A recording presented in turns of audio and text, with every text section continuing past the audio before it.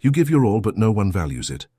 That was the life of Jasper, a donkey who worked hard almost all his life but was mistreated and despised by his master. But when all seemed lost, God heard his cry, and his destiny changed forever. Do you want to know what happened? Don't forget to subscribe for more stories like this. Once upon a time, in a valley surrounded by mountains, two donkeys were born almost at the same time, each on a farm. One was named Oscar, and the other Jasper. Both were strong, noble, and from a young age learned to work on their owners' farms. Oscar was lucky enough to belong to Mr. Bennett, a humble, hard-working and fair man who saw in his donkey not just a pack animal, but a companion in life. Mr. Bennett fed him well, gave him rest, and treated him with affection. For him, Oscar was part of his family and his livelihood. Jasper, on the other hand, was not so lucky. His owner was Mr. Harding, a harsh and selfish man who saw animals solely as tools. Jasper was never short of work, but he lacked affection, care, and rest. While Oscar received words of encouragement, Jasper only heard shouts and felt the weight of indifference. Over the years, the two donkeys became friends across the wire fence that separated the two farms. At dusk, when the field fell silent and the fireflies illuminated the meadow, their soft voices were heard as if they were old friends of a lifetime. "Good evening, Oscar," Jasper said with a tired sigh. "Congratulations, brother. Every day I see you stronger and happier. It shows that your owner takes good care of you." Oscar replied with humility. "Thank you, Jasper. Mr. Bennett treats me with kindness, and I do my work with pleasure. It's not a perfect life, but I feel grateful. And you, how was your day?" Jasper lowered his head and murmured with a muffled voice, "Oh, Oscar, my life is not like yours. Mr. Harding makes me work from sunrise until sunset, and I never receive a word of encouragement or a fair rest. Sometimes he gives me so little to eat that I barely have the strength. I also try hard. I also carry what they ask me to, but it seems it is never enough." Oscar looked at him with compassion and replied, "Brother, your effort is not in vain. Perhaps your owner does not see it, but God is seeing it. Do not lose faith, Jasper. Heaven always listens to those who work with their heart." Jasper, with contained tears, confessed, "Every night I pray, Oscar. I ask God to give me an owner like yours, someone who sees beyond my tired back, someone who understands that I am not just a pack donkey, that I also have a soul, that I also feel. I don't know how much longer I can endure, but I keep believing that one day my prayers will be heard."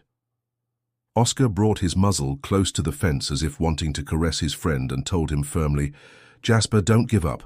The work we do is hard, but the heart with which we carry it is worth more than all the gold in the world.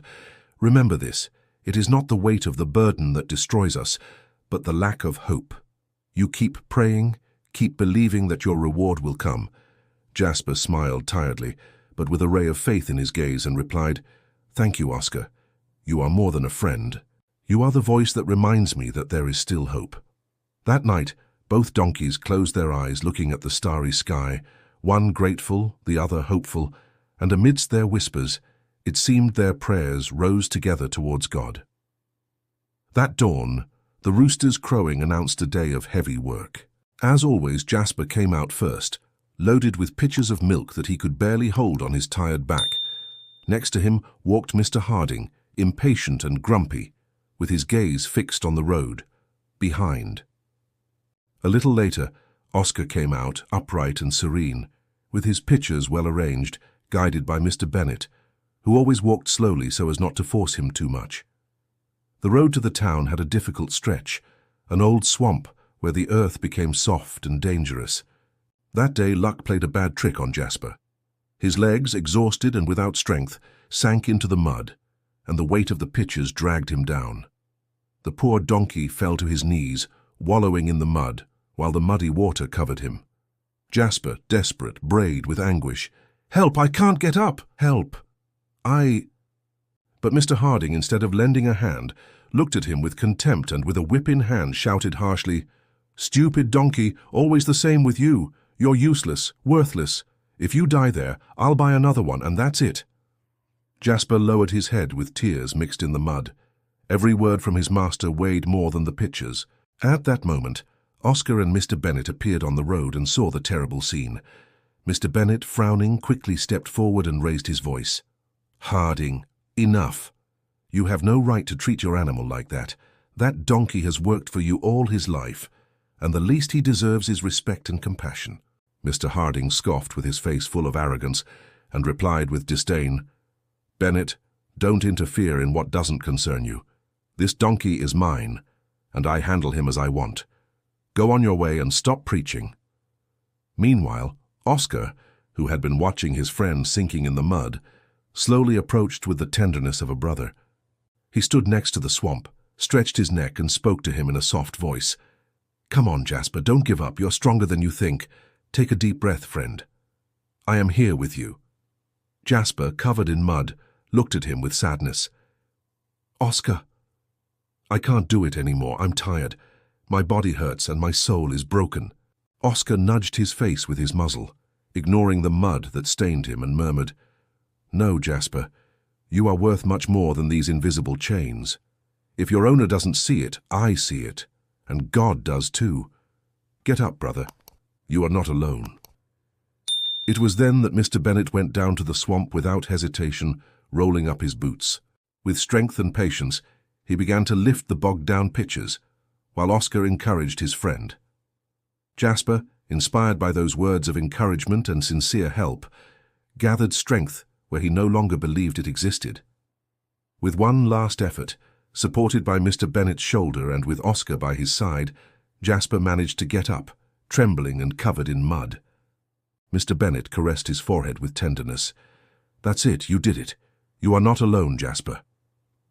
Mr. Harding, annoyed and ashamed, just clicked his tongue and walked away with the muddy Jasper, muttering insults, unable to understand what he had just witnessed. That day, even though Jasper was soaked and dirty, he walked towards the town, doing his job. The two donkeys walked on, one grateful, the other hopeful, and while they carried the milk, it was clear in their eyes that the real weight of the work became lighter when there was friendship, respect, and love involved. That night, after the hard road to the town and the bad moment in the swamp, Jasper returned to his corral soaked, with his body aching and his heart wounded. He barely finished eating a little dry grass that Mr. Harding had reluctantly left him. He walked to the wire fence, where he used to talk with his friend Oscar. He approached with hope, but that time the place was empty. The silence of the night seemed heavier than ever. Jasper looked up at the starry sky, sighed deeply, and with a trembling voice began to speak with God. "Lord, today I do not come to complain," he said in a soft tone. "First, I want to thank you because even though my burden is hard, I am still alive. I have the strength to walk, even though my back hurts, and I still breathe, even if sometimes I lack the desire. Thank you for the sun that warms me, for the water that quenches my thirst, and at least this corral where I can rest." He paused, and his eyes filled with tears that sparkled under the moon. "But, Father, I am also tired. I have worked all my life from dawn until night falls. I carry wood, I carry milk, I plough the land, and although I give my all, I never receive a word of encouragement. I never hear a thank you from my owner's lips, only shouts, insults, and contempt. You know me, Lord, you know that all I want is to serve with dignity. How much longer will I have to endure this unrewarded life? Have mercy on me, my God. Do not leave me forgotten." Jasper closed his eyes, and at that instant he felt a light touch on his side. It was Oscar, who had arrived late because Mr. Bennett had kept him a little longer that night. "Friend," Oscar said sweetly, "I heard you from the other side. Every word you said rose to heaven like incense. Believe me, Jasper, God does not close his ears to a sincere heart." Jasper looked at him with glassy eyes and answered, "Oscar, sometimes I feel that my voice is lost in the wind, that God is too busy with other problems bigger than mine." Oscar shook his head and firmly replied, "No, Jasper, don't say that. God sees every tear, hears every sigh, and measures every drop of sweat that falls from our forehead. You think he doesn't hear you because you haven't seen the answer yet. But the truth is that he is preparing something for you. And I will tell you more. There is no sincere prayer that goes unanswered." The silence of the field enveloped them. The chirping of crickets was heard in the distance, the hooting of an owl, and the night breeze gently moved the grass. It was as if the entire creation kept silent to accompany that moment. Jasper spoke again with a choked voice. "I just want a little of what you have, Oscar. An owner who looks at me with affection, who gives me fair treatment. I don't ask for luxuries or riches. I just want to work and feel that my effort is worthwhile." Oscar approached until his forehead brushed Jasper's, like two brothers giving each other strength. "Brother, your reward will come. Do not lose faith. Today's mud does not define your life. I am here. And as long as God allows me, you will always have a friend to remind you that you are not alone." Jasper closed his eyes, and for the first time in a long time, he smiled through his tears. "Thank you, Oscar. You are the proof that goodness still exists in this world." And that night under a starry sky, the two donkeys fell silent, united by hope. One was thankful for what he had. The other continued to trust that one day his prayers would be answered. The sun was barely rising when Mr. Harding had already saddled Jasper with the plough. The poor donkey, exhausted from the previous days and poorly fed, walked with clumsy and heavy steps. His body was thin, his ribs showed, and his gaze reflected infinite tiredness. Jasper tried to resist, but the effort was too much. In the middle of the field, with the earth still damp from the morning dew, his legs gave way and he collapsed on the ground. The plough was left halfway, and the furrows in the earth remained incomplete. "Get up, useless!" shouted Mr. Harding, full of anger. Without any compassion, he began to whip him with the lash, while each blow raised dust and elicited a groan of pain from the poor animal. "You are good for nothing, stupid donkey, neither for carrying nor for ploughing. Cursed be the day I bought you." Jasper, panting and with tears in his tired eyes, thought to himself, "Lord, how much more must I endure? I have no strength left." Just at that instant, Mr. Bennet and Oscar were passing by on the nearby road, carrying firewood. Seeing the scene, Mr. Bennet stopped and frowned with indignation. "Harding!" he exclaimed with a firm and loud voice. "Stop immediately. Don't you see that animal can't take it anymore? Have you lost all humanity?" Mr. Harding turned with arrogance, still holding the whip, and growled, "Bennet, don't interfere. This donkey is mine, and I do with him as I please." Mr. Bennet looked at him sternly and took a step forward. "You are wrong, Harding. They are not yours. Neither your animals, nor your lands, nor even your own life. Everything you have is loaned, and one day you will have to give account to the Creator. Be careful, because they have angels that protect them. Don't you know that heaven itself is indignant with injustice?" Mr. Harding let out a mocking laugh. "Angels, Karma. Words of a naive peasant. The world belongs to the strong, Bennet, and the weak, like this donkey, only serve to work until they die."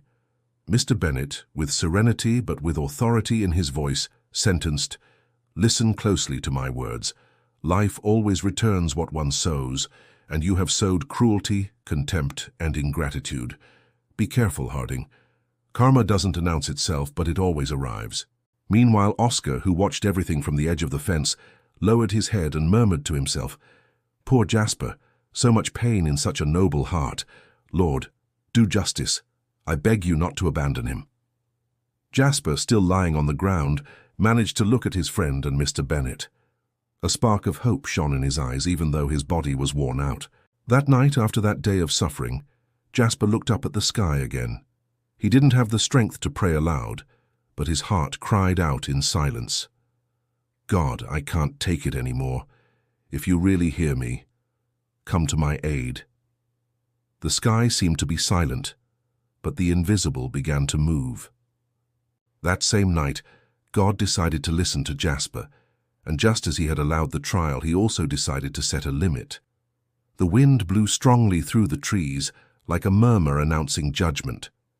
Mr. Harding's heart began to be troubled. What he had ignored for years would now be collected. Because when injustice reaches its limit, heaven responds, and divine reprimand was about to fall upon Mr. Harding. That night, after the hard day, the sky seemed darker than usual, but high above, God heard Jasper's prayers, his silent cry, his tears that fell onto the dry earth. It was then that the Almighty decided to act. One day, Mr. Harding's farm began to change. At first it was almost imperceptible. The grass lost its greenness. The pastures turned yellowish and dry, and the rains that once refreshed his fields seemed to have forgotten his lands. Mr. Harding noticed it, but took it as a simple streak of bad luck. He didn't know that was only the beginning of something much worse. No disease fell upon the animals or misfortune upon the innocent. Little by little, the abundance that Mr. Harding had had was disappearing. The harvests dried up before ripening. The seeds seemed to die buried without bearing fruit, and the water in the streams became weak, almost non-existent. The farm that once gave him abundance began to show signs of abandonment, as if the earth itself refused to sustain him. One by one, his animals, weak from lack of food, stopped serving him. They could no longer carry, plough, or give milk. Mr. Harding, desperate, had to sell them to get a few coins with which to survive. Each sale was a reminder of his ruin. Little by little, he was left alone. The farm was emptied of life, and the only animal that remained by his side was Jasper, the one he had always despised, the one he had called useless over and over again. But Jasper, despite the mistreatment, was still alive, as if there was an invisible hand sustaining him in the midst of his misery. Mr. Harding, defeated, understood that he also had to get rid of him. With his pride shattered, he walked with Jasper by the halter to Mr. Bennet's farm. "Bennet," he said with a tired voice, "you know what is happening to me. The land no longer gives anything. I have no animals, I have nothing. I only have this donkey left. I will sell him to you, even for a few coins. I will also sell you my farm if you want it, because I can't take it anymore." Mr. Bennet looked at him in silence. He already knew the story. He had already seen with his own eyes the seed of cruelty that Mr. Harding had sowed, and how he now harvested misery. Calmly he accepted the offer. He bought Jasper and also the lands that were once prosperous. At that instant, Jasper's heart whinnied with joy. Finally, God had heard his pleas. Now he would have a good owner, and most importantly, he could work alongside his friend Oscar. That same day, Jasper was freed from the yoke of his bad master, and seeing that his new home was next to his friend Oscar, and under the care of Mr. Bennet, his noble animal heart seemed to smile. Nothing more was heard of Mr. Harding. He abandoned the lands, disappeared without a trace, like the shadow of a bad memory that the wind carries away forever. But in Mr. Bennet's hands, those same lands flourished again, because when goodness governs, even the earth responds with abundance. From that day on, Jasper's life changed forever. Mr. Bennet welcomed him to his farm with kindness and care, as if he had always been part of his home. The first thing he did was give him rest, good food and vitamins to restore the strength that the cruelty of his former owner had taken away. Soon, Jasper felt the lost energy return to his body. His muscles strengthened, his coat regained its luster, and the spark of hope was reborn in his dull eyes. In the green meadows of the farm, Jasper and Oscar ran free, without whips, without insults, without chains of mistreatment. They galloped together through the fresh grass, breathing the clean air of freedom, while the other animals watched them with admiration. It was as if the joy of those two donkeys had become contagious, and the entire farm began to vibrate with a new harmony. When it was time to work, they did it with love. Jasper no longer carried out his tasks with fear or sadness, but with pride and gratitude. Alongside Oscar, he carried pitchers of milk to the town. They ploughed the fertile land and transported firewood. But this time everything was different. Their effort did not go unnoticed. Mr. Bennet always found a way to reward them, whether with words of appreciation, petting their backs, or the best grass in the stable. They were not simple working animals. They were valuable companions in their owner's life. Jasper knelt in his heart every night and offered a silent prayer. He thanked God for rescuing him, for hearing his pleas when all seemed lost, and he asked for strength to continue honoring that second chance that had been granted to him. As the sage Solomon said, "Woe to him who defrauds the laborer of his wages, because just as the ox that ploughs the land deserves its reward, the worker is also worthy of his merit." Thus, two inseparable donkeys, united by friendship and work, became a living symbol of what happens when effort is united with gratitude and the love of a good heart. And although Jasper never forgot the long days of pain he lived under Mr. Harding's yoke, he knew that those wounds had led him to the destiny he always dreamed of, working with dignity alongside his friend Oscar and under the care of a fair man. Friends, if you have reached the end of this video, like it, share it, and subscribe for more stories.